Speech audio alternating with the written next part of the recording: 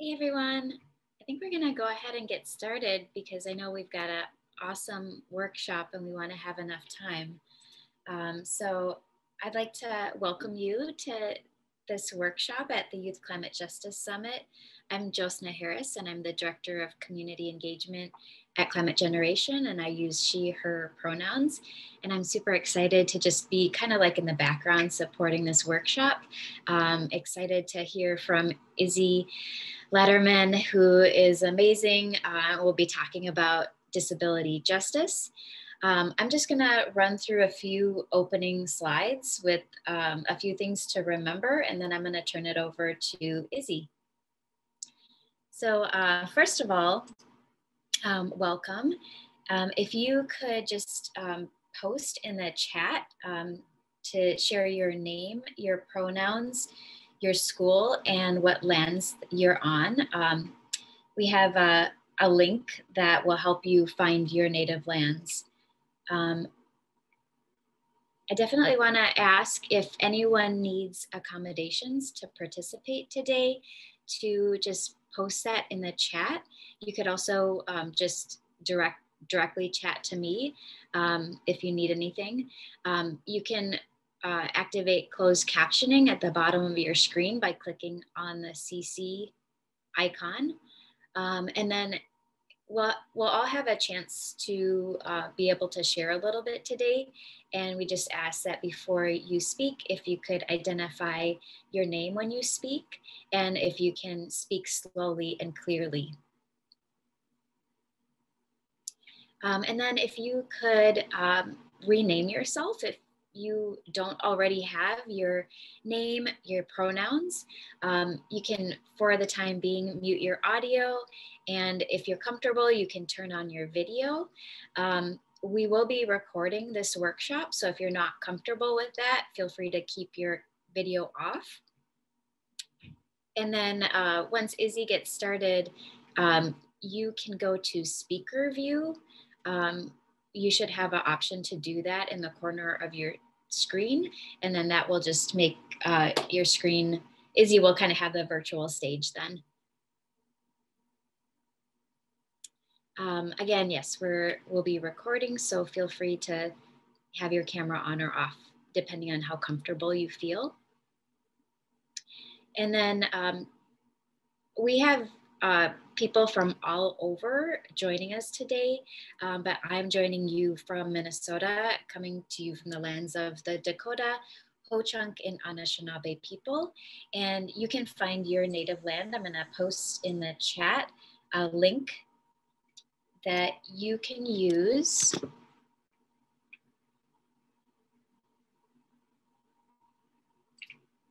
to look that up if you're not sure.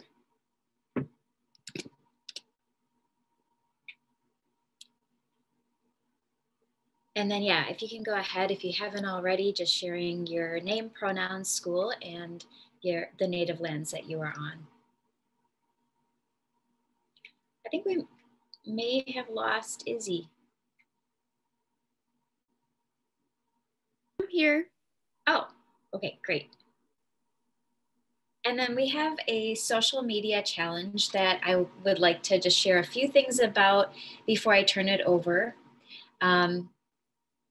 So in the social media challenge, there's a couple of things to note. If you have Twitter or Instagram account, you can participate. If you don't have either, you could consider creating one to participate and to be eligible for a prize. And then you'll want to check in with our accounts at Yeah and Climate Generation. You'll find a post that outlines the specific challenge so that you can kind of reference it. And I'm gonna paste in the chat all of these details because I know there are a lot, and if you wanna reference it later, you definitely can.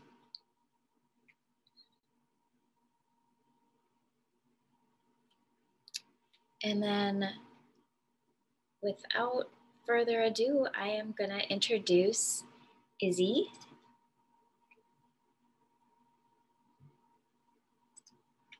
And so Izzy is uses the pronouns she, her, and is a 17-year-old disabled activist from Duluth, Minnesota, and she is the founder of Disability Awareness Around the Climate Crisis. So welcome, Izzy. I'm going to turn it over to you, and I'm going to stop sharing my screen, and you can go ahead and share your screen.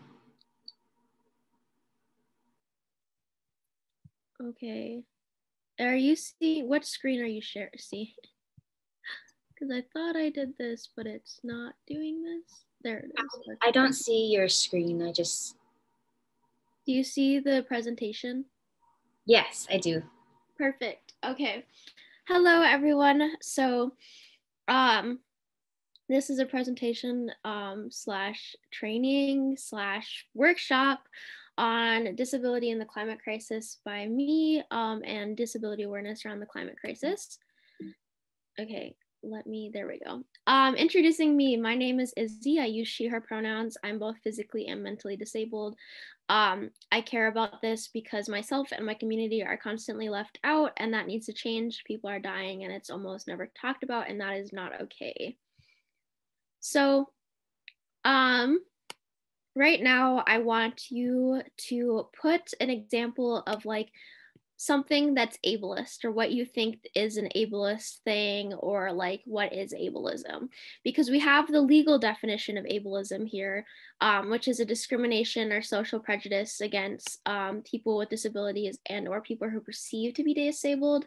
Ableism characterizes persons who are defined by their disabilities as inferior to the non-disabled. This is like a fancy legal definition, so put in the chat like what you think is an example of ableism, or you can say it out loud if you're feeling confident. Yes, that is definitely a huge, big thing that is ableism. I'm feeling confident, so I guess I'll go. Not giving accommodations if someone needs them. Yeah, that's exactly definitely all ableism. And I love that you guys brought up making things inaccessible or not having accommodations, because too often that's not talked about as if it's ableism, but it definitely is. So we're just going to briefly go over ableism today in history and today. So there's a lot of ableism in history. So I kind of just like picked some like big ones, but please know that this is by no means an expansive list of what is ableism. So a big one is eugenics, and eugenics is the idea that people's reproductive systems and like ability to reproduce should be controlled, and that like certain people are not worthy of and shouldn't have children. It's racist, it's ableist, it's classist, and so that was definitely perpetrated by this decision by the Supreme Court called Buck versus Bell, that basically said that it's legal for doctors, medical institutions, and the government to forcibly sterilize disabled people. And that decision has never been overturned, so it is still law. Segregation, that is also still happening today, but it was a lot worse in that disabled people were segregated, not given access to education, and so on. And then another thing is Nazism, is like during the Nazi era, disabled people, there was like a lot of propaganda about how we were burdens, and over 200,000 disabled people were killed during World War II, and a lot more than that were sterilized, and disabled people were practice for them. Ableism today, there's like a lot of lack of like sex education. This is something that I focus on, is that like in my school setting, 3 disabled students currently receive social skills on physical and personal boundaries, and that's it. While everyone else gets comprehensive sex ed. I mean, it's that we're lucky that we get comprehensive sex ed, because a lot of places don't, but just an example. Nationally, we can be paid less than a minimum wage. Some people make less than $1 an hour, We don't have marriage equality. 50% of people who are killed by police are disabled, and as a transition, not being included in climate movement or movements in general. So moving to that, what is eco-ableism? Ableism as it relates to the climate crisis, climate movements, and so forth. So once again, you can put in the chat, or if you're feeling brave, say out loud, what do you think an example of eco-ableism is?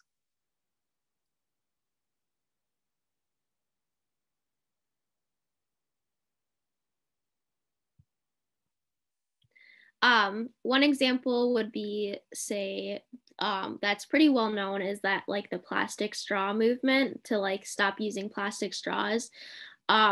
Which, like, if you can do that, great, do it. But unfortunately, that's not accessible for everyone. A lot of disabled people rely on plastic straws or straws to eat and drink, and the alternatives like metal straws or paper straws aren't accessible to them.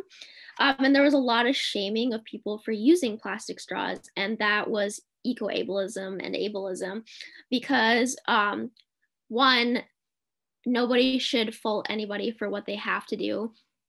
Two, plastic straws and not using them is not going to solve the climate crisis because it's a systemic issue. So that is one example. So now we're going to have like a broader conversation where hopefully we'll have a couple people talking back and forth apart. And this is a safe place. So do be mindful of what you're saying, because this is being recorded, and don't say anything you're not comfortable having people know about, but name a time that you've been ableist, witnessed ableism, or experienced ableism. And I'll start with all three. I've been ableist because I didn't really know about a lot of this stuff until I embraced my identity as a disabled person. And I used to like call people crazy or insane or like say language like that. And that's definitely can be really ableist language. And I didn't know that for a long time. What I've witnessed ableism is that I've seen a lot of people at my school like say the R word, and they wouldn't necessarily say it at me, but it's still ableism. And experienced it while using the R word. I've been called that. So there's 3 for 3. I'd love to have someone else share if they would be willing. I have one. So I have a condition that causes me to faint sometimes, especially a lot last year. And there was a ton of rumors going around saying like I was anorexic or I had seizures, which is not something to take lightly because that's a genetic condition that I have. And so now I get like extensions on homework for it. And people are like, just like, oh, you just get an extension. That's not fair. You seem perfectly normal, when like it affects me day to day. That's definitely very valid. I get that with the invisible disabilities. I can go. I can also do 3. A time I've been ableist is not having accommodations on. I did like for History Day, I did a video actually about the ADA, but I didn't have any closed captioning, and so yeah. And time I've witnessed, my close friend has CP, and some people were making fun of her movements, and experienced. I have dyslexia, and my school was supposed to give me a 504, and they just didn't. So. Yeah, thank you so much for sharing. Does anyone have anything else they want to share? Or you can type it in the chat. No pressure to say it out loud. I see ableism at my school in like the segregation that we have between like disabled students. And I also see it in that one of like students who need to use the elevator, oftentimes like it gets taken by other students. Definitely. I've had that happen. All right. Thank you so much everyone for sharing. So with that, we are going to move into more specifically climate things and the issues that people with disabilities face in the climate crisis. So issues with the climate crisis itself and like what it causes. I just realized I don't have some of the stuff that I should have on here because I kind of last minute made this presentation, so I apologize because I wanted to be fancy.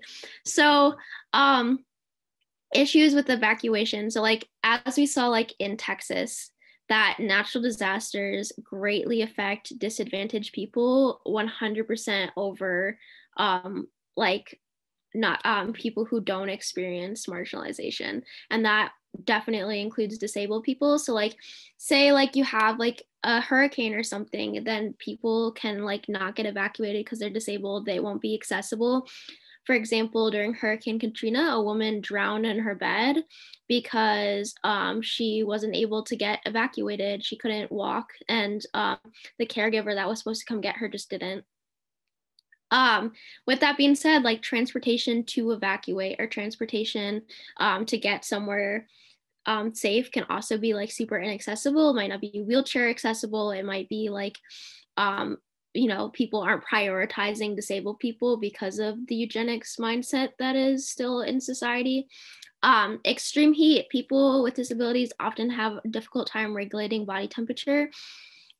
And extreme heat and extreme cold can be extremely dangerous for disabled people, more so than able-bodied people, which is also what we saw in Texas. And electricity cutouts, another thing that we saw in Texas, is that like electricity cutouts can be really disastrous because they can stop people from having regulated temperature. And also like a lot of people rely on electricity to breathe, like ventilators and so forth. And when you don't have access to electricity, then you don't have access to breathing, and that is not okay. And it just accessibility in general is that like when it comes to getting like aid and like all of that stuff for disasters and the other effects of the climate crisis, it's just not accessible, and like you might have your access to medication cut off, and a lot of disabled people are like life or death reliant on medication, and that's nothing to be ashamed of, but unfortunately when there's like a disaster happening, like even at the beginning of COVID, I remember I was hoarding all of my medication and like cutting it down, so just to make sure if I my access to it got cut off, I would still have enough to like last me for a longer. And unfortunately, institutionalization is something that happens where if like people are evacuating and someone doesn't have the ability to advocate for themselves, or the government is like, oh my God, we don't know what to do, it's too much, and then they just like institutionalize someone against their will, which is like a gross violation of human rights, but has happened often. And I don't have this on here because I apologize because I took a lot of this information from the World Institute on Disability and they didn't have it. But systemic and environmental racism are also super intertwined with ableism and eco-ableism, because environmental racism causes things like coal plants and like other industry and that can like cause things like asthma or diabetes, which is why people of color are a lot more likely to have things like asthma and diabetes, because they're exposed to pollution on at a larger scale, and that is also eco-ableism, because it causes these medical conditions that can also then in turn harm them further. And so it's definitely like it's marginalization that can exponentially affect people. So with that being said, we are going to using this guide and Google, you're going to come up with a solution to your assigned scenario. So we're going to go into breakout rooms and we're going to have, can we do 3 people to each breakout room if possible? And then I'm going to copy and paste the worksheet that you're going to be doing filling out, and then so you have this, there's this disaster guide. So it's like a guide of what to do if you're in a natural disaster. And you're going to use that as a resource to fill out the worksheet that I'm sending to you. And here's the worksheet. So first one is the guide, second one is the worksheet. And scenario, so let's see, if we divide it into three, 1, 2, 3. So that's gonna be 3 groups. All right. So group 1, you are gonna have this scenario when you are in breakout room 1.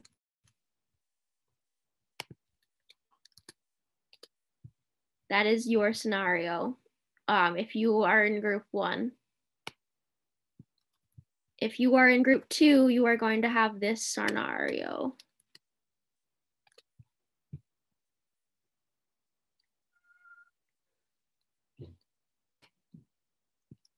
And group 3, you're going to have this scenario. There you go. So in the worksheet, it's going to cover what your problem is, like what the issue that you have to work on. So how you as an individual and your immediate community can help, how the government / like the world government can help, like what policies and stuff they can do, what you and your community, like your immediate community, can do to prevent it from happening in the first place, like a prevention method, and what the government, like the big up there people, can do to prevent it from happening in the first place. All right, so if we want to put those people in breakout rooms. Yeah, I'll go ahead and open the rooms. Just to note that the breakouts are not recorded, so you can feel free to know that that's not happening.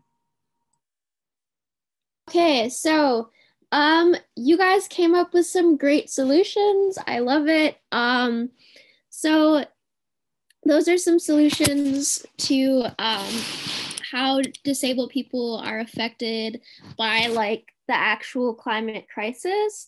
But there's a lot of different ways. Those are not all of them. And it's not just disasters, it's also like climate movements, it's also just accessibility in general, and everything is interconnected. So like honestly, like the healthcare movement to get like free healthcare would help with the climate crisis and disabled people. Like all of it is connected to each other and would help people. So that's just something to keep in mind, that it's not just, you can't separate it because it's all interconnected. So the biggest issue in climate movements is just not being included. So solution, include us. For example, many movements have groups affected by the climate crisis, such as Black, Indigenous, and other people of color, working class, and so on, but they don't have disabled people on that list. It is a simple thing to do, add us to that list, get our community name out there. And that is not the only way to include us. That is a first step, a baby step, and you have a lot of steps to go. Another problem is that like solutions and actions and movements that movements work on aren't accessible. So make things accessible. There might not be captioning or an interpreter. If it's in person, it's not wheelchair accessible, and so on. So just thinking about accessibility and making it accessible. Disabled voices aren't listened to or are used as token. We need to be leaders, we need to be heard, and not just like one disabled person, so you can feel good about yourself and then like never thinking about it again. Like I've definitely been used as a token many times. Like I'll do a training, or I'll talk to people about like, here, you need to be accessible and blah, blah, blah. And then like 2 days later, they post a video and it has no captions, or like a day later, they're posting something and it has that list and disabled people aren't on it. So like, just don't do that. Don't use people as tokens. Genuinely learn and do better. And then another solution is just thinking about how disabled people are affected every time you are fighting, working, advocating, whatever you're doing. So like we thought about disasters and how disabled people are affected by disasters.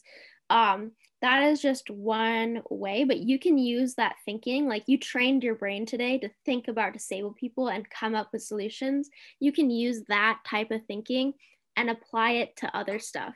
So like today we talked about disasters, but if I'm talking about, let's say, police brutality, or I'm talking about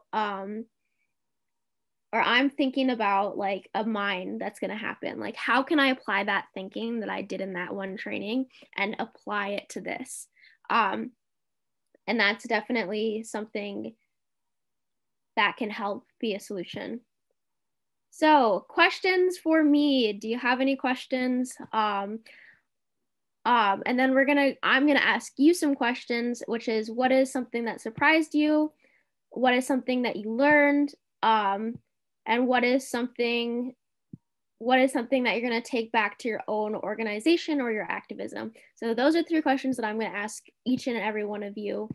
But first, if you have any questions for me, that can help.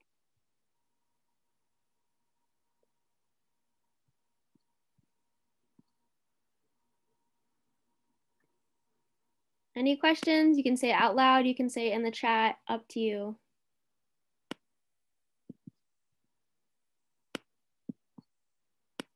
All right. That it surprised me that it's still legal for them to sterilize people if they're disabled. Yeah, that is definitely something that surprises people. It surprised me when I learned about it. I don't know how common it's practiced. I mean, clearly, like, it's something that happens. It's not always to disable people, but like people who are seen as unfit is actually what the law was about, is like unfit people. So like when those people who are in the internment camps on the border, where there's a woman who reported that they had forced hysterectomies, that is forced sterilization, and that is something that happened in the last couple of months. So it's definitely still here. But yeah, you should, if you look up Buck versus Bell, the whole story behind it is just so horrifying. But if we have time, I can go into it. All right. I have a question actually. So how would you suggest like trying to include more people with disabilities in your climate work? Because like I'm like leading a club at my school that's focused on the environment, but like how would you suggest including more people without making them feel like they're being tokenized? Because it's kind of like hard to get a huge group involved sometimes. I don't know. No, I get that. Tokenization and then inclusion are like a very delicate line to balance. I think like if you're advertising to join your group, include that like we work on disability justice, we work on racial justice, like all of that stuff, and say that like everyone is welcome to join. We want diverse voices. If you have like special education students, like advertising to them too, like not saying like you have to join us, but saying like this is something that you can do if you want. Yeah, so I mean, it's a delicate balance and you're gonna make mistakes and that's fine and you learn from it. So yeah, I think just trying is what you need to do. Okay, thanks. All right, does anyone else have anything that surprised them today?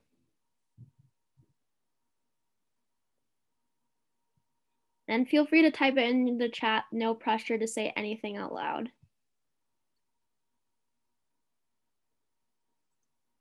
All right, so what is something that you learned? It's very similar to what surprised you, but like it doesn't have to be surprising, it's just something new that you learned.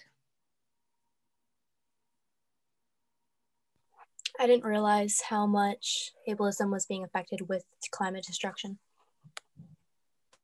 Definitely. I learned what the term eco-ableism meant. Awesome.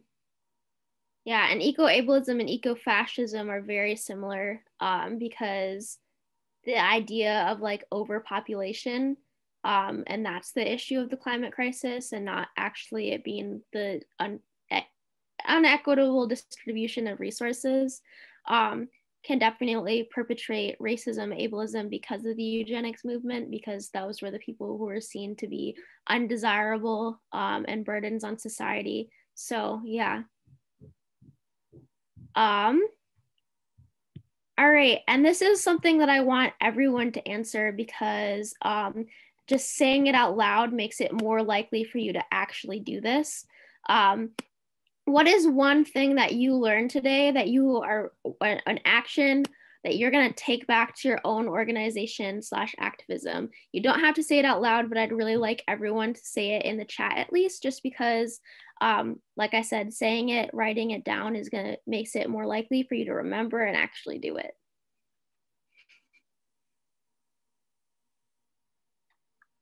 I'm going to make sure that in groups that I'm in that work on activism, that we're always including people with disabilities and making sure that what we're working on is accessible. Awesome. And I saw it in the chat. Oh, sorry, what? Go for it. I was just gonna. Okay. I was just saying, and like calling out if people say, or like if people aren't doing that. Awesome. I just saw in the chat, someone said remembering to put CC on videos, and someone else said making network meetings more accessible.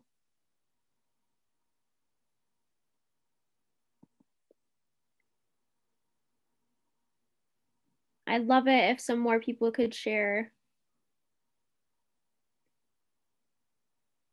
Including CC and include disabled people among the list of those strongly impacted by our environmental justice. Yes, I'm going to go tell my climate group about how everyone is being affected. Definitely. Education and making people aware is definitely one way to start change, to start up a justice movement. Bringing more awareness to the issue, 100%. Yeah, trying to include more disabled people in my school organization and putting CC on videos. Just spread the word about eco-ableism. Yeah, thank you so much for all the things that you guys have said you're gonna do. One thing you can do right now, oh gosh, the 1S is bothering me. Yeah, I'm actually gonna fix that because that needs to be fixed. Is follow at DAA Climate Crisis on Instagram.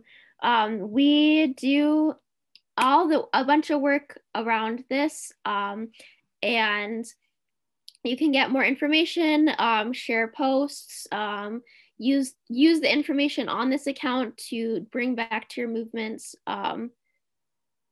So yeah, thank you so much for joining, and I'm gonna stay on if you have any more questions that you don't want to ask in front of the whole group. My personal Instagram is at Izzy Rose Laderman if you want to follow me there. So yeah, thank you so much for joining. Thank you. Bye. Thank you. Thank you.